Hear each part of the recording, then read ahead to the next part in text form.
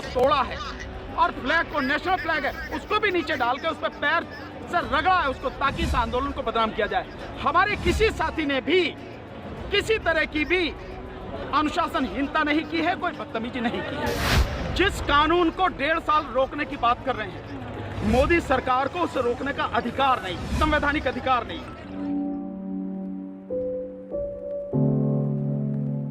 देखिए, निश्चित रूप से जो आप इसको ऐसे देखें, सरकार अब से पहले क्या कह रही थी, उसका पूरा जो मीडिया है वो ये प्रोपेगेंडा कर रहा था कि ये चंद पंजाब के कुछ किसान हैं, अमीर किसान हैं, और ये भी नाम नहीं देती थी, कुछ और नाम देती थी, खालिस्तानी हैं, आतंकवादी हैं, पाकिस्तानी समर्थक हैं, जन कहाँ का ये नाम देती थी। लेकिन आज इस समय जब आप गाजीपुर बॉर्डर पे हैं और सुबह से आप नज़ारा देख रहे हैं, तो यहाँ पर पूरे उत्तर प्रदेश का किसान यहाँ पर, ये तो एक झलक है केवल, उत्तराखंड का किसान यहाँ पर 3 दिन पहले यहीं पर उड़ीसा से 1000 किसान आए, बिहार के लोग यहाँ पर, कुछ साथी पश्चिम बंगाल से यहाँ पर, मध्य प्रदेश से भी यहाँ पर लोग, इधर जो है फरीदाबाद की तरफ से आने वाले जो हरियाणा के साथी भी यहाँ पर, तो इतनी जगह से लोग यहाँ पर हैं।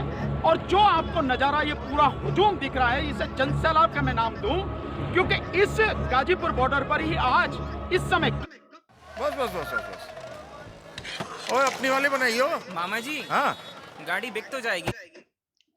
कम से कम 20,000 से ज्यादा ट्रैक्टर हैं, और मैं दावे के साथ कह सकता हूं कि 2 लाइन अगर ट्रैक्टरों की लगा दी जाए, 20 किलोमीटर तक ट्रैक्टर ही ट्रैक्टर नजर आएंगे, और उनमें हर एक में 5-5, 10-10 नहीं, 20-20, 25-25 आदमी हैं। तो आज ये जनसैलाब है, मोदी जी को, उनकी सरकार को, उनके गोदी मीडिया को समझ में आ जाना चाहिए, ये पंजाब के नहीं है, पूरे देश का किसान जाग चुका है, मजदूर जाग चुका है, नौजवान जाग चुका है, और अब वो सड़कों पर बाहर निकला है। और आज की ये झलक इस देश में किसान आंदोलन की नहीं, जन आंदोलन की शुरुआत है, ये समझ में आ जाना चाहिए। तो सर, प्रोटेस्ट में जो हिंसा हुई है, आज जो बैरिकेड तोड़े गए हैं और आईटीओ पे जो हिंसा हुई है, तो उस पर क्या कहेंगे? क्योंकि किसानों ने मतलब शांतिपूर्ण ढंग से करेंगे, पर शांतिपूर्ण तो लगा नहीं है। आप मुझे एक रिपोर्ट ऐसी दिखा दो जिसमें किसानों की तरफ से हिंसा हुई, एक रिपोर्ट। पर बैरिकेड तो तोड़े, बैरिकेड तोड़े नहीं गए हैं, बैरिकेडों को साइड में किया गया। क्यों किया गया आप समझो। सर आप रिपोर्ट, आईटीओ पे नहीं करना था, पर वहाँ भी किसान पहुँच के किए। गलती किसकी है? गलती किसकी है? पुलिस के साथ में जो रूट तय हुआ, तो पुलिस की जिम्मेदारी थी, प्रशासन की जिम्मेदारी थी कि जैसे ही हमारा यहाँ से काफिला चले, वही रूट, उसी को बैरिकेड लगा के साइड करके उसी को रूट को खुला रखना था। पुलिस ने वो रूट खुला हुआ नहीं रखा। पुलिस ने ये वाला रूट, यहाँ से जाना था तो ये बीच में से डिवाइडर हटा के आप रूट बनाते ना, आप उस तरफ जाने क्यों दिया आपने? आप अगर जाने दे रहे हैं, जिम्मेदारी किसकी है? शासन प्रशासन जो काम है प्रशासन का वो करेगा, इसे मैं तो नहीं करूँगा। जो साथी आए हुए हैं लाखों की संख्या में, उन्हें क्या पता है कि क्या स्थिति है? वो तो पुलिस जैसे गाइड करेगी वैसे चलेंगे। तो जो साथी जिनको जाना था, जैसे पुलिस को वो रूट बनाना था, पुलिस ने रूट नहीं बनाया, और पुलिस ने ये भी नहीं बताया। आप एक भी रिकॉर्डिंग आप मुझे दिखा दीजिए कि पुलिस ने ये कहा हो भाई ये रूट नहीं है। कोई पुलिस ने नहीं कहा। आपने बैरिकेड लगा रखे, तो लोग तो यही समझेंगे ना, यार परमिशन है फिर भी बैरिकेड क्यों लगा रखे? वो साइड में कर दिए गए, बस इसलिए लोग वहां तक पहुंच गए। जो आईटीओ तक पहुंचे हैं वो इस गलतफहमी में साथी पहुंचे हैं, और उनमें से किसी ने भी, अभी भी दावे के साथ कर रहा हूं, एक व्यक्ति ऐसा नहीं है जिसने हिंसा की हो। हमारे किसी साथी ने ना कोई गाली दी है, ना कोई हिंसा की है, ना ही किसी तरह की कोई बदतमीजी की है। अगर बदतमीजी हुई है तो प्रशासन की तरफ से, और मैं आपको वीडियो सर्कुलेट हो रहे हैं, आप देखिए, लोगों ने बनाई है। पुलिस प्रशासन है, यूपी पुलिस के जो कुछ लोग हैं, जो गाजियाबाद से, जो वहाँ से आपके दिलशाद गार्डन बॉर्डर से जब गाजियाबाद की तरफ आ रहे हैं, कई गाड़ियों को तोड़ा है, और फ्लैग को, नेशनल फ्लैग है, उसको भी नीचे डाल के उस पर पैर से रगड़ा है उसको, ताकि इस आंदोलन को बदनाम किया जाए। हमारे किसी साथी ने भी किसी तरह की भी अनुशासनहीनता नहीं की है, कोई बदतमीजी नहीं की है।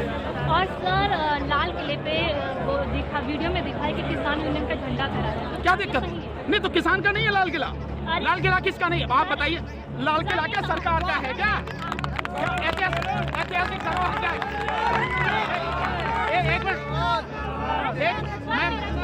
मैं मैडम बता रहा हूँ, मैडम मैं बता रहा हूँ, मैं मैडम बता रहा हूँ, क्यों? किसान ने इस देश का अन्नदाता है। किसान यूनियन एक संगठन, पहले मैडम संगठन का नहीं है, वो पूरे किसानों का प्रतीक है, इस देश की जनता का प्रतीक है वो झंडा जो फहराया गया। दूसरी बात, अगर वो ऐतिहासिक धरोहर है तो आप ये सवाल मोदी जी से क्यों नहीं पूछते कैसे दे दी प्राइवेट व्यक्ति को? कैसे दे रखी है? बिरला को, जो डालमिया को दे रखी है ना, लाल किला दे रखा, उसके बाप की जागीर है कि जो दे दी है? हमारी ऐतिहासिक धरोहर है, हम सबकी धरोहर है, और वो प्रतीक है। वो किसान यूनियन का झंडा नहीं है, वो पूरे देश के किसानों का, मजदूरों का, इस देश की जनता का प्रतीक है। और वो वहां जाके फहराया गया तो इसमें कोई आंधी तूफान नहीं आ गए, कोई जो है आसमान नहीं फट पड़ा है। ये हमने सम्मान किया है और बताया है, सरकार को बताया। अगर आप नहीं मानोगे तो सरकार उखाड़ के फेंक दी जाएगी, ये बताया है, ये बताना जरूरी है सरकार। और सर, सरकार बोल रही है कि 1.5 साल के लिए स्टे लगा दिया जाएगा कानून पर, और फिर रिव्यू करके आप लोगों की भी लिए जाएंगे इसमें ओपिनियन। मोदी जी से पूछा आपने कि कानून पढ़ा है? मोदी जी से पूछा संविधान पढ़ा है? अब आपसे पूछता हूँ, आपने पढ़ा संविधान? आपने पढ़ा है कानून? एक बात, जिस कानून को 1.5 साल रोकने की बात कर रहे हैं, मोदी सरकार को उसे रोकने का अधिकार नहीं, संवैधानिक अधिकार नहीं। क्यों नहीं है? सरकार कानून को लागू करने वाली एक संस्था होती है, कानून बनाने वाली नहीं। तो जिस सरकार ने कानून बनाया नहीं है, वो सरकार कानून रोक भी नहीं सकती है। कौन रोक सकता है? इस सरकार ने संसद में वो बिल लेकर आई और संसद से कानून बना, तो केवल संसद को अधिकार है कि उस कानून को वापस ले और या उस कानून को रोक दे। उसके लिए भी जो संवैधानिक तरीका है, उसके लिए प्रस्ताव लाया जाएगा, संसद में लाया जाएगा, वहीं पर रुकेगा। लेकिन अफसोस ये है, आप लोग भी पढ़ते नहीं हो, और मोदी जी तो अनपढ़ आदमी हैं, और जो उनके गृह मंत्री है वो भी अनपढ़ आदमी है, ऐसे ही जो कृषि मंत्री हैं, इन लोगों को पता नहीं है कानूनी प्रक्रिया क्या। अफसोस इसी बात का है कि अगर पता हो तो आप बताएंगे कि ये आपको अधिकार है भी या नहीं। जब अधिकार नहीं है तो आप कैसे कर सकते हैं ये सारी चीजें? तो वो हमें मूर्ख बनाने की कोशिश कर रहे हैं। लेकिन किसानों के साथ पूरे देश का वकील खड़ा है। सरकार के पास इतने वकील नहीं होंगे जितने किसानों के पास आज की तारीख में। इसलिए किसानों को इन कानूनों की पूरी जानकारी है। तो आप ये बात सरकार से कहिए, मोदी मीडिया से कहिए, मोदी जी से कहिए, भैया कानून पढ़ लो, संविधान पढ़ लो। पर पढ़ेंगे कैसे?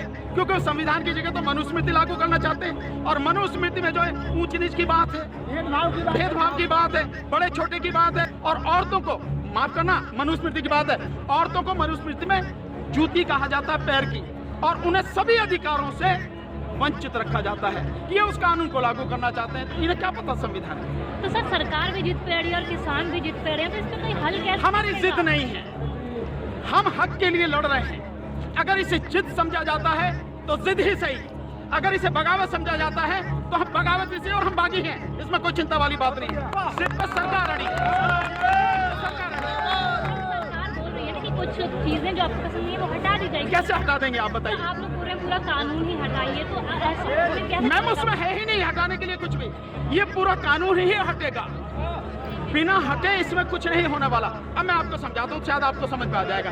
केवल एक सेक्शन बताता हूँ तो उससे आपको पूरी चीज समझ में आ जाएगी। जो कॉन्ट्रैक्ट फार्मिंग है, उस कॉन्ट्रैक्ट फार्मिंग की धारा 3, उसमें जो है, जो एग्रीमेंट होगा किसान के और व्यापारी के बीच में, मैं उनसे बताता हूँ, आप समझ जाएंगे सारे, उसके बाद कुछ बताने की जरूरत नहीं पड़ेगी। उस धारा 3 में लिखा है कि किसान के और व्यापारी के बीच में जो एग्रीमेंट होगा, उसमें यह लिखा जाएगा, नंबर 1, किसान को अपनी जमीन पर कौन सी फसल उगानी है। नंबर 2, उस फसल का ग्रेड क्या होगा, स्टैंडर्ड क्या होगा, और उसकी क्वालिटी क्या होगा। नंबर 3, उस फसल को उगाने के लिए जो बीज होगा, जो खाद होगा, जो कीटनाशक होंगे, जो मशीनरी होगी, जो तकनीक होगी, उसे वो व्यापारी जिसके साथ समझौता हो रहा वो देगा।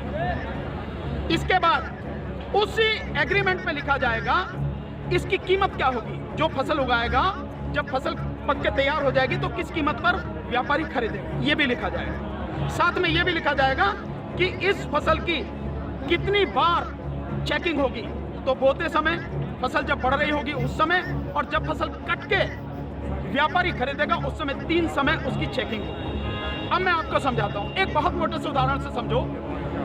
ये मानिए कि इसके कानून के हिसाब से पूरे देश की जमीन, पूरे देश की जो किसानों के पास जमीन है, उसका जो व्यापारी हैं उनसे एग्रीमेंट हो गया। व्यापारियों से एग्रीमेंट होने के बाद सारी जो फसल है वो कहाँ जाएगी? व्यापारी के घर में। इसका मतलब ये हुआ कि सरकार के पास खरीदने के लिए एक दाना नहीं बचेगा। सारी की सारी फसल व्यापारी खरीद के ले जाएगा। और व्यापारी कितनी फसल खरीद सकता है, पहले उस पर प्रतिबंध था। अब इसेंशियल कमोडिटीज एक्ट यानी आवश्यक वस्तु अधिनियम से वो बैरिकेड हटा दी गई। यानी कि जो एक लगा रखा था बैरियर कि इससे ज्यादा नहीं कर सकते, लिमिट लगा रखी थी, लिमिट वो खत्म कर दी। इसका मतलब व्यापारी जितनी चाहे फसल खरीद के अपने गोदाम में रख सकता है। अब मानिए कि जब पूरी फसल किसान से व्यापारी के घर चली गई, तो अब थोड़ा सा पीछे आइए। 2013 में इस सरकार ने, संसद ने एक कानून बनाया था इस देश के गरीब लोगों के लिए, 82 करोड़ गरीब लोगों के लिए नेशनल फूड सिक्योरिटी एक्ट यानी राष्ट्रीय खाद्य सुरक्षा कानून। उसके तहत 82 करोड़ लोगों को 3 रुपए किलो चावल, 2 रुपए किलो गेहूं और 1 रुपए किलो मोटा अनाज देना था। अब मैं आपसे सवाल पूछता हूं, अब समझे आप कुछ। जब सारा अनाज व्यापारियों के पास चला गया, सरकार के पास कुछ नहीं है, तो सरकार इन 82 करोड़ लोगों को कहां से अनाज लाएगी, पहले तो ये बताओ। इसका मतलब जो 82 करोड़ गरीब सरकारी मदद पर निर्भर था, वो खत्म हो गया। मतलब आप कह रहे हैं कि किसानों के खिलाफ बिल है, किसानों की भलाई की बात कर रहे हैं, पर किसानों के खिलाफ लोग समझ रहे हैं नहीं, ये पूरे देश के खिलाफ है। 82 करोड़ गरीब खत्म। देश में 5 लाख जो राशन की दुकानें हैं खत्म। 5 लाख राशन की दुकानों में कुछ रोजगार भी मिलता होगा, खत्म। अब इसके बाद अब आ जाइए कि जब किसान को सारी चीजें, जो खाद भी है, बीज भी है, कीटनाशक भी है, मशीनरी भी है, तकनीक भी है, वो व्यापारी जिससे समझौता हुआ वो ही देगा। तो जो व्यापारी ये काम करते हैं, कोई खाद बेचता है, कोई बीज बेचता है, कोई मशीन बेचता है, कोई जो पेस्टिसाइड बेचता है, वो व्यापारी खत्म। तो आपने व्यापारी खत्म कर दिए, गरीब मजदूर खत्म कर दिए, और किसान को आपने बंधक बना दिया, मजदूर बना दिया, गुलाम बना दिया। कैसे? अब मैं बता दूं। जब किसान की जमीन पर एग्रीमेंट हो गया, तो किसान चाह कर भी अपनी जमीन से एक भुट्टा, माना मक्का बोई हुई है, मक्का से एक भुट्टा तोड़ के नहीं खा सकता। आज की तारीख में तो जाओ, मक्का से एक नहीं 10, 20, 50 जितने भुट्टे तोड़ के खाने खाओ, खूब सेक के, है नहीं है, रिश्तेदारों को भी ले जाओ। साथ में गन्ना अगर बो रखा है, एक गन्ना नहीं खा सकता। क्यों? क्योंकि व्यापारी से समझौता है।